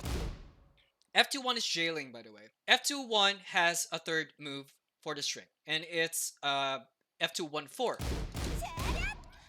Now, if for example we are in a fight, you just do this, and then you're not doing anything. Let's say after F21, you decided to attack with a throw or something like that. But if you do it a few more times, the opponent will say, oh, the Xiaoyu is not doing anything. Maybe I could attack. That's when you go for your F214. Now, I recorded Feng doing a jab after 2 hits. Okay, so let's say we do F214 now. After conditioning the enemy that this is what we do after an F21. Right? So, that is a good way to condition your opponent. And now, you can do this in reverse. Let's say we go F31, 1 plus 2. Okay? Now, yes, we are minus 12, but what you're doing here is, oh, this Xiaoyu is finishing the string. Okay? So, let's say this gets blocked on round 1. On round 2, you decided to go for just this. Your opponent is now thinking, wait, I thought the Xiaoyu will continue the string. So then what you do is you either find for a plus or use another string to not complete or to complete again. So let's say we go F31. Let's say you just want to throw. You condition them enough that they won't do anything because they are looking for this. But let's say you go for another complete string. Something like that. Now, the next time you're gonna do it, you're just gonna do this. And then your enemy will think again, oh my god, the Xiaoyu did not complete the string again. What is the Xiaoyu gonna do next? Now you do an incomplete or a complete string, up to you. So let's say we do this, now we do this. It's an incomplete string. And then you go for this one again. So it's basically up to you on how you want your opponent to behave. Do you want them to duck? Then go for F3-1, and then let's say you go for D3.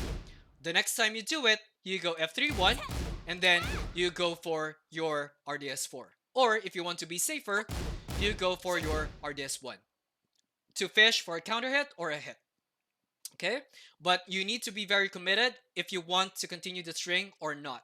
Now that's the importance of you knowing what strings can you delay. For example, RDS214, or let's say RDSD34, because this will allow you to know what strings will have potential to work or not. Okay? Because for example, this one, you can't delay this. But this one, you can condition them with this, and then next time, like that.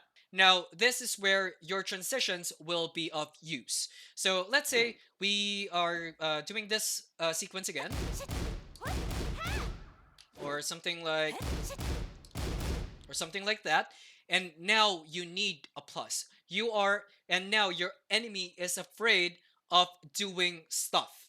That's where you now add another layer of advantage, and that is to find for a plus. So for example, we go like this. You can get a plus with hip 3+4. Or you could go for something like, right? So it's the more the game progresses, the more conditioning you can do because of your multi-hit strings. Okay? So I won't make a video out of this one, but I will say that you can also do this with your 2-hit strings. So for example, I'll be with this and this. You can try to do that, that, or that, or maybe this, right? The more you use your strings in a fight, the more that you can condition your enemy that this is what you're doing, but that is what you want to happen. Okay? Your opponent should disrespect you, not respect you. That's your greatest strength. I strongly disagree with the concern that how do I make the enemy respect me? No. Your strength is when they disrespect you. Okay? Because you have the tools to actually counter it. Okay? So that's it for the string conditioning. I hope it helps.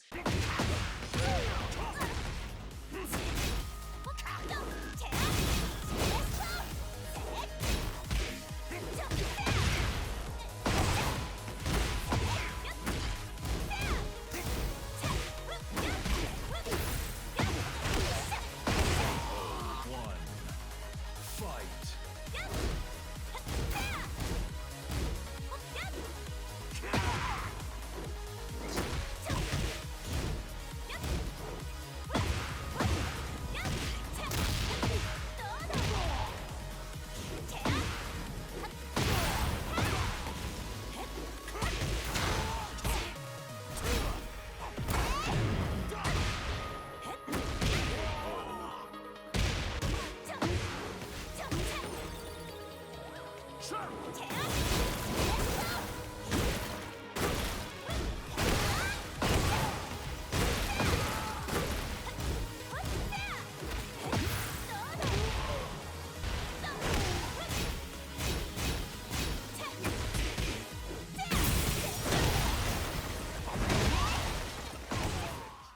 So, as the fitting ending segment for this guide, I just want to tell you that you need to believe in yourself, and you need to believe in Xiaoyu.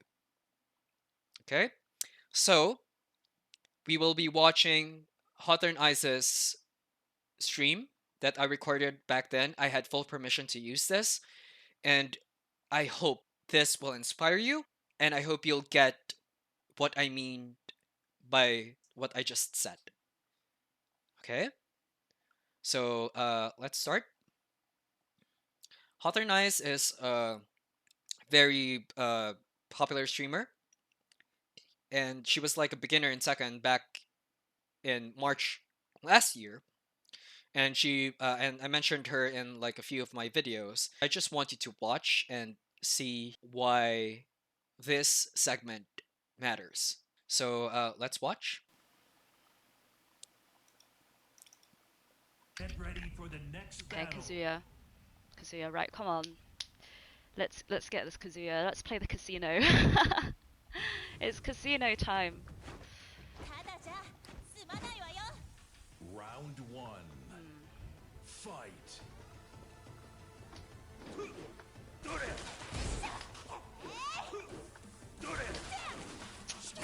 God, why are these whiff punishes? My god, we're both just looking for whiff punishes and I just got a misinput. Okay. Take note of that.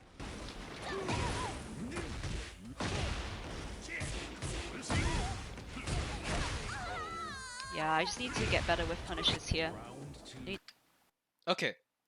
So she had a thing with whiff punishes. And she said that both of them are looking for whiff punishes.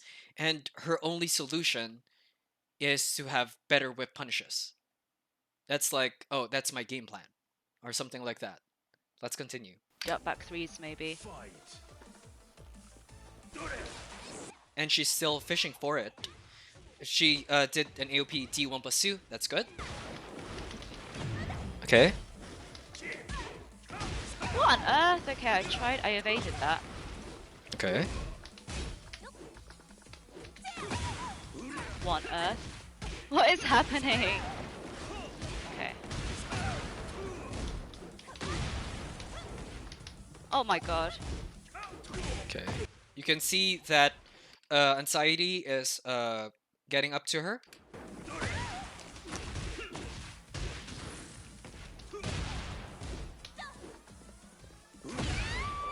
Okay. She's This hero getting. does make me nervous because I feel like he's always going to counter hit at round start. Okay.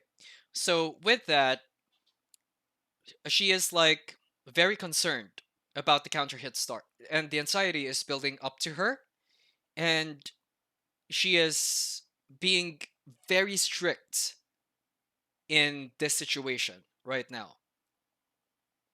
Okay? So you'll see the difference later.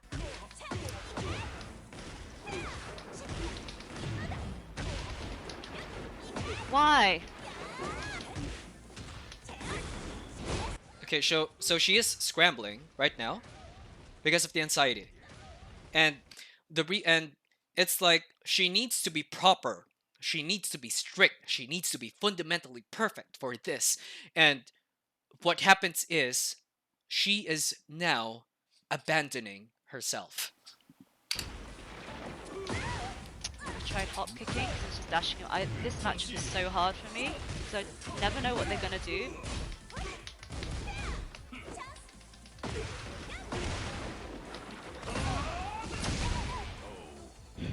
Okay, so she said she doesn't know what the Kazuya will do. Okay, here's the thing. And I always say this to a lot of people in Discord, a lot of people in tournaments or whatever, and I won't get tired of saying this. Be more concerned on how you play rather than how your enemy plays. Okay? I hate this matchup. Okay, now at the bottom right, you can see that I told her before the match ended, or maybe during or maybe after, I don't know. I told her just be yourself. Can't. This matchup always gets in my head because I feel like every single Kazuya player will go for the counter hit at round start. And that's why I don't do anything. And you can guarantee the one time I do something, he will go yeah and counter hit me. I'll guarantee you. Okay, well he went for a different counter hit, but So what you saw was her like ranting for 5 seconds that, oh, the Kase will do this, so I won't do this. The Kase won't will do that. The Kase will do this. I won't be Hoternized. The Kase will do this. I won't do B1+2 because all of them, or usually all of them, will do the counter hit homing move. And now she proved herself wrong. She became Hoternized. Okay, I'll be myself. I will do B1+2. Even if I get counter hit, I will do B1+2. And she succeeded because she became herself again. Okay? same thing. I messed up the wall carry. Okay, that's a very important statement. Earlier in the first match, she was like, "What the hell is happening? What the hell? What the hell? Blah blah blah." And she was like blaming this and that, this and that. But in here, she said, Okay, well he went for a different counter hit, but same thing. I messed up the wall carry.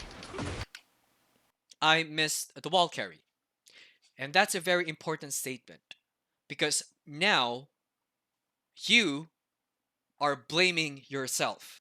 Now, I will share you something. I had a conversation with a fellow Xiaoyu player maybe yesterday, and he was like, "Oh, micro dashes. Oh, who has fun with the who is enjoying micro dashes? Oh, I don't want to do micro dashes or anything." And I just simply told him, "Micro dashes are a part of your mastery." And I told him two statements. First one, quote unquote, "Who enjoys micro dashes?" Versus what I said, "I didn't execute my micro dash properly. Oh, I micro dashed too hard, it became a running move." Or, "I wish I micro dashed more." The thing is, you blaming yourself instead of your enemy or the game will put you in the right track on how to win the game. Because it's like, "Oh, I failed my wall carry. I failed my wall carry. I know how to wall carry. I should have executed my wall carry better." It's not, "Oh, the wall carry didn't oh god, the angle, oh god, it messed up my wall carry. Oh god, why that didn't reach," or something like that. It's yourself comes with the knowledge on how to do that properly. And now we are seeing Hothernice realizing that she knows how to do the wall carry, but she made an error. Okay? So that's better than complaining. Let's just continue.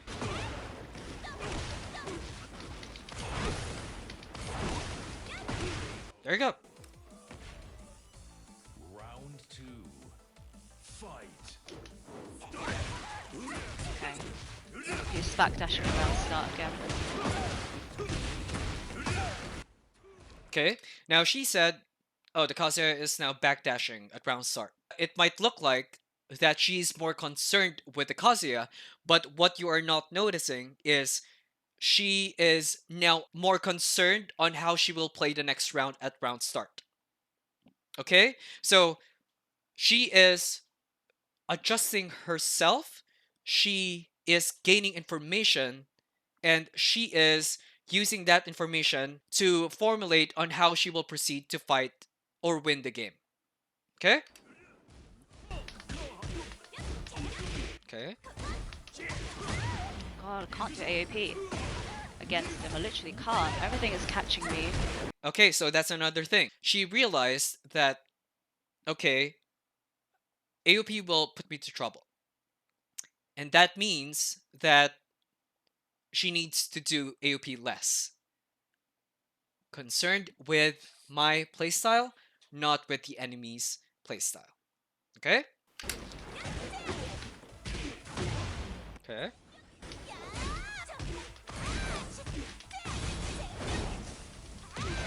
And it's a usual hot or nice play. Round three. Fight. And it's now working on her. See? So she gathered information that okay, the Kaze is now doing backdash at round start. She didn't do her startup move now. So it's her reward for believing in her own game plan and in her own way of thinking, not how the game wants you to strictly follow.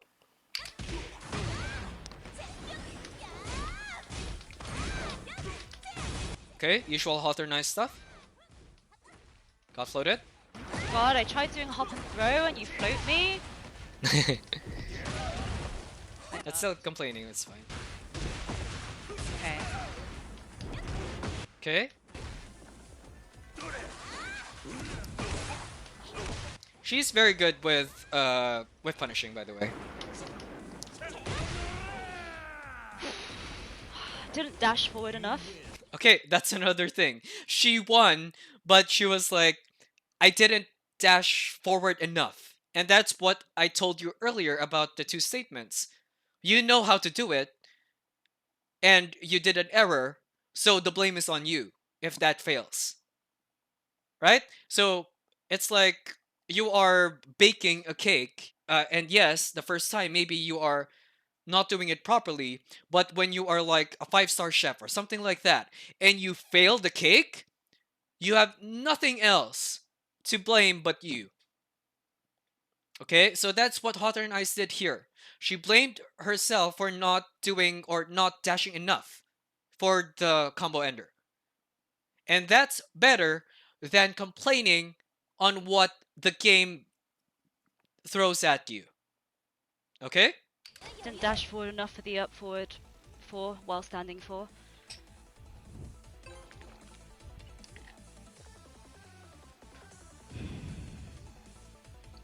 I also do that on my lap, and it's a way of motivating yourself to keep your momentum. And it was like, oh god, okay, I can win. I can win. Okay, I am like that in offline matches, but not in online. I'm more relaxed when I'm at home. But yeah, you can see now that Hot or Nice is not nervous anymore. I think there's a little bit more nervousness or anxiety there, but you can see that okay, it was like I can do this, something like that. So that's very important.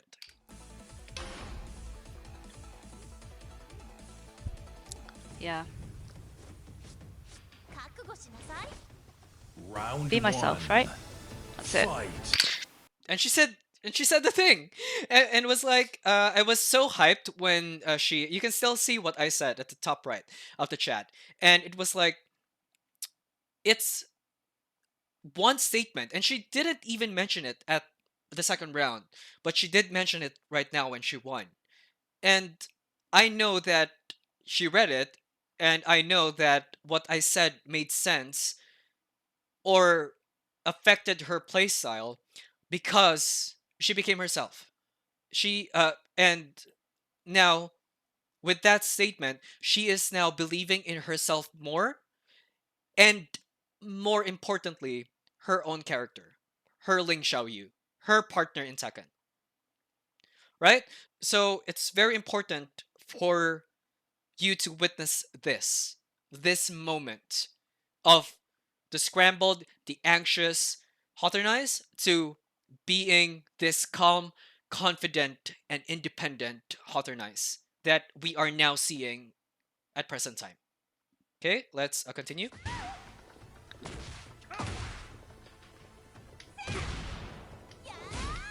You can see she is not fishing for whiff punishes anymore. She is back to her own playstyle, not being stuck in this whiff punish strict fundamental game plan, right? And she's not even scrambling anymore. She's back. in this situation. Okay? I like when players do D1. Hother Knights is known for great with punishing, by the way. He's really good at it.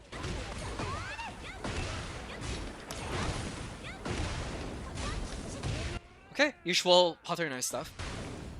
Round 2. Fight. Okay, he And I told at the bottom right, that's the most shonen line ever. set right AOP. But yeah.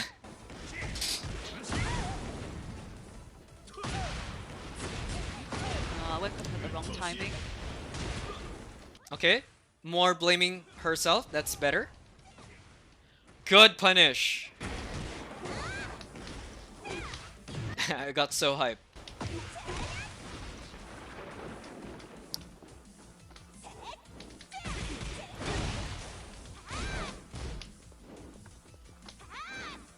Okay, playing keep out. Oops. Ah, man. Okay. Fair. And she said it's fair. She didn't complain. She said it's fair because she knows Let's do it. it's her own doing, her own error. Wild. That was wild.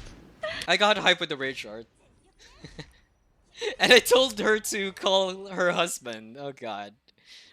I was so hyped, I don't even know what I was saying. Fight. Okay, yeah, the one time I'm like, oh yeah, let me snake edge.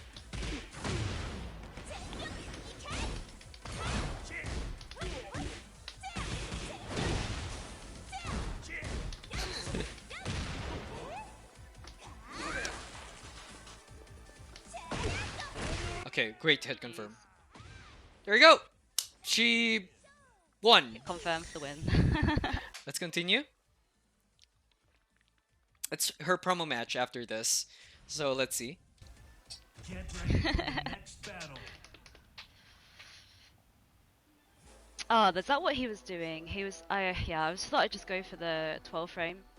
Because it's the one where he goes, Hurya is minus 12, and where he goes, cheer, it's 18, isn't it? But I do find it a bit tricky to differentiate in the heat of the moment. I need to just practice that more. Okay, so she said two moves. I don't know Kazuya, sorry, but there are two similar homing moves that have different minuses. And so she was like, yeah, those moves are really tricky, but I just need to practice more. Me, I need to practice more. I need to differentiate them better. So she's not blaming that those are tricky moves. She is acknowledging that those are tricky moves, but the solution is on her, not the game. Okay? And you will do that using your own Xiaoyu or your own character. Just be myself. Just be myself. That's it. And I was so happy again to hear that she repeated that because it was like a single line can affect your mindset. And just let's continue. Right. Devil Jin's a bad Get matchup, ready you know for that. the next battle. Ah, Quote, are you watching? Quote, are you watching this? Are you Okay, you see her giggly side. She acknowledged Code. She, I think, that's her friend in Twitch. On Twitch, and she had a lot of matchup practice with Code, with Code's Asuka, and she is hyped in this matchup instead of getting nervous. So that's also another mindset that I am ready. I am confident with this matchup. I know how to win. I know how to play this matchup. Rather than getting nervous with the other character, and just because you don't know anything about a certain character, yes, there is a little bit of anxiety, but you can remember that you can win a game by being you. Okay? duck the bouquets? Duck the bouquet. Promo What match. is there? Oh my god, Quote, I Everyone wish is I allowed hyped. Asuka this morning. God. Everyone is hyped. Keep out.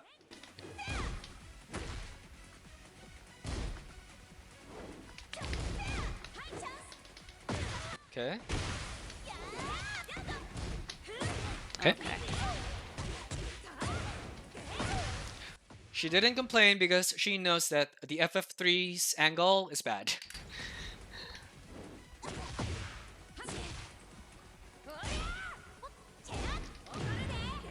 Okay. Cali roll, you can see that in the Ling things, can dodge heat bursts with the right timing. Okay. There's a bit of rollback on this. One round down. Great. One round down. That's what it is. Fight.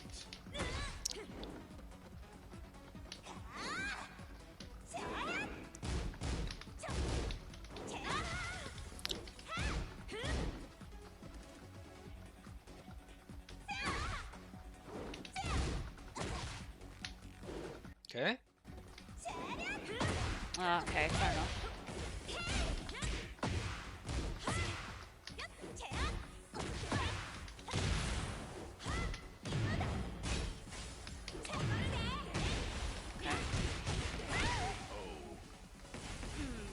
They're really patient. So what do we do? That statement again. They're really patient. What should I do? Okay, I won't repeat it anymore because maybe you're tired of hearing the same thing again and again, but you know now what I mean with what she is doing right now. Carry? Oh, she's doing carries now. Okay. Okay. This is gonna be problematic. Good hop kick.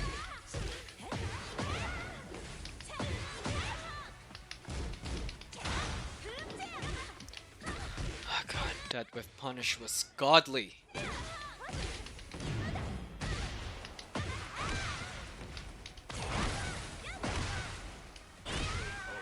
D3 to end the round. One promo round left.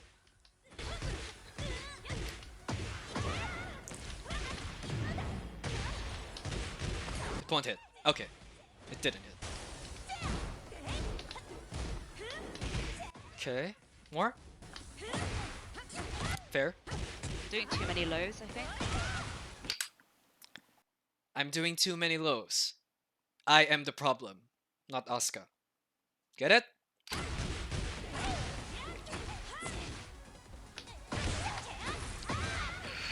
Okay.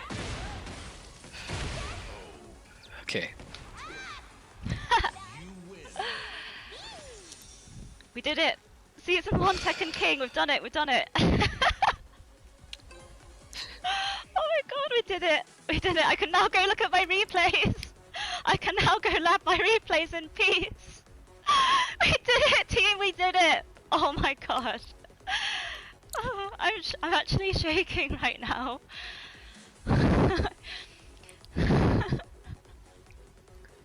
Oh god. It's been really hard. I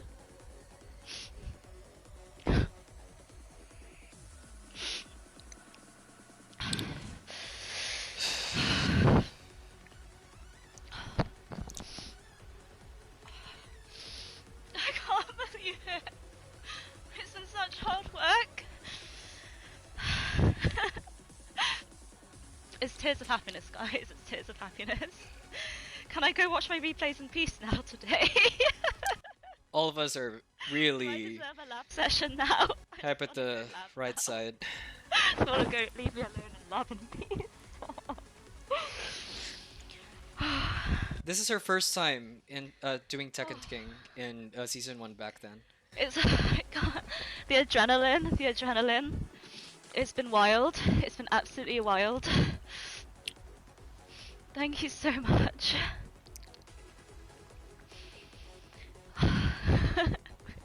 We finally made it, and I think you guys have all played your part. Like, you've been like hanging out every stream, like giving me tips, like keeping my morale up, like telling me to get, you know, back into ranked, telling me that I've spent too much time in the lab, go keep up the momentum.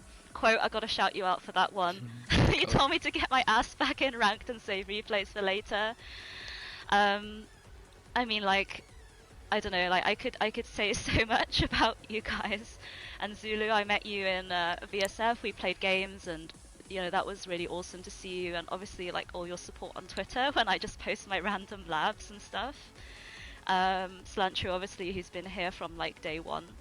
um, Jumpy from the Ling Nation Discord. Just, I don't know. I feel like it's Oscar's acceptance speech time. Oh my god. That's actually insane. We finally did it. We had the same reaction, Kim. It's just like a relief just to know that the work that you're putting in is is getting you somewhere. Is getting you somewhere. Thanks so much. Thanks, Shu, as well. Did I go 9-1? Really? Sorry, Dusktorn. I was like, I just want to play ranked. Maybe I just had a feeling, but yeah, that's wild.